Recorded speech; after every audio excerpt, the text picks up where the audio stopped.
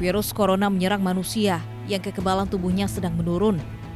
Tapi stigma negatif COVID-19 menyebar dengan cepat dan menyerang siapapun yang memiliki kontak erat dengan penyintas COVID-19. Dan dengan kejadian ini pun, keluarga besar saya pun jadi terkena imbasnya. Bukan hanya saya yang mengalami penyakit COVID ini, tapi saudara-saudara saya, dia tuh nggak kena COVID, dia tuh negatif. Tapi karena kebetulan dia itu masih satu keluarga dengan kami, dan tinggalnya pun satu lingkungan, dia terkena imbasnya. Ya, yang tadinya sedang kerja enak-enak, dengan dapatnya omongan orang-orang yang tidak bertanggung jawab, akhirnya dia kehilangan pekerjaannya.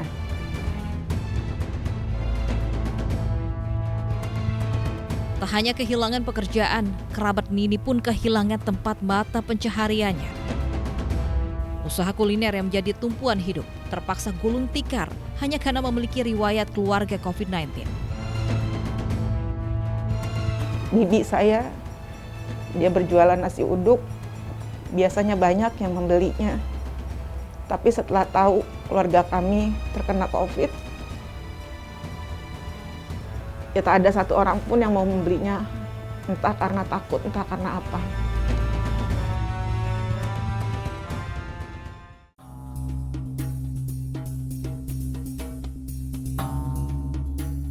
Hasil survei dari kelompok peminatan intervensi sosial Fakultas Psikologi Universitas Indonesia dan lapor COVID-19 menunjukkan stigmatisasi masih menghantui penyintas meski pandemi sudah berlangsung lebih dari 6 bulan. Para penyintas COVID-19 dan keluarganya kerap mendapat stigma negatif.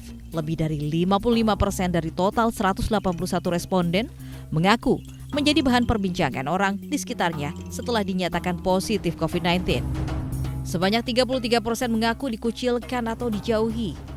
24,9% mendapat julukan penyebar atau pembawa virus dan 9,4% responden mengaku mengalami perundungan atau bullying di media sosial. Tidak hanya itu, mereka juga ditolak saat akan menggunakan fasilitas umum, mendapat bantuan, dan 3,3% mengaku diusir dari lingkungan tempat tinggal mereka. Bahkan ada yang diberhentikan dari pekerjaan setelah diketahui terpapar virus corona. Jadi persoalan stigma itu pertama menurut saya dia seiring dengan pertambahan jumlah kasus. Ya. Karena stigma itu kan kemudian dari targetnya. Nah targetnya itu biasanya adalah orang-orang yang dengan status positif terkonfirmasi atau bahkan yang sudah sembuh ya, atau bahkan juga kalau dari studi yang saya lakukan itu orang-orang yang baru dengan status dulu istilahnya adalah ODP, PDP itu juga kena stigma. Nah, jadi kalau bicara seberapa besar jumlah kasus segitu ya kemungkinan orang yang mengalami stigma segitu. Tapi plus ya karena juga dari studi yang saya lakukan itu yang di stigma itu bukan hanya orang yang memang benar-benar dalam kondisi positif atau sudah sembuh atau ODP, PDP, tetapi juga orang-orang yang terasosiasi. Orang-orang yang terasosiasi itu siapa? Bisa keluarga, bisa teman dekat, dan juga bisa profesi-profesi yang berhubungan dengan penanganan COVID-19 ini. Jadi skalanya cukup besar. Jadi kalau menurut saya itu dia akan meningkat seiring dengan perkembangan jumlah kasus.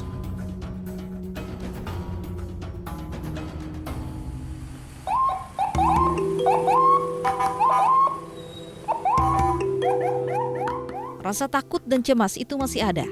Kekhawatiran tertular virus corona belum juga mereda. Tak heran jika masih banyak yang memandang sebelah mata terhadap mereka yang terpapar COVID-19. Padahal penyintas COVID-19 membutuhkan dukungan dan bantuan untuk melawan penyakit yang dideritanya itu. Perilaku lingkungan yang berpandangan negatif terhadap mereka yang terinfeksi virus corona bisa menghambat proses pencegahan penyebaran virus melalui testing, tracing, dan treatment. Kan juga terkait dengan literasi ya tadi karena soal informasi yang dimiliki. Nah di negara-negara yang literasi terutama literasi yang berbasis informasi teknologi itu cukup baik menurut saya ini bisa lebih dihindari ya.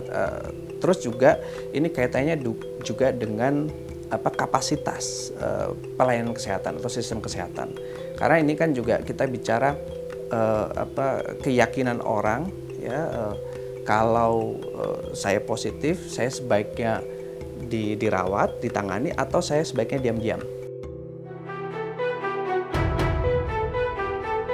Stigma negatif masyarakat tidak hanya berdampak pada psikologi para penyintas. Penyakit masyarakat ini disinyalir juga menjadi faktor mengapa hingga kini angka kasus COVID-19 terus melonjak.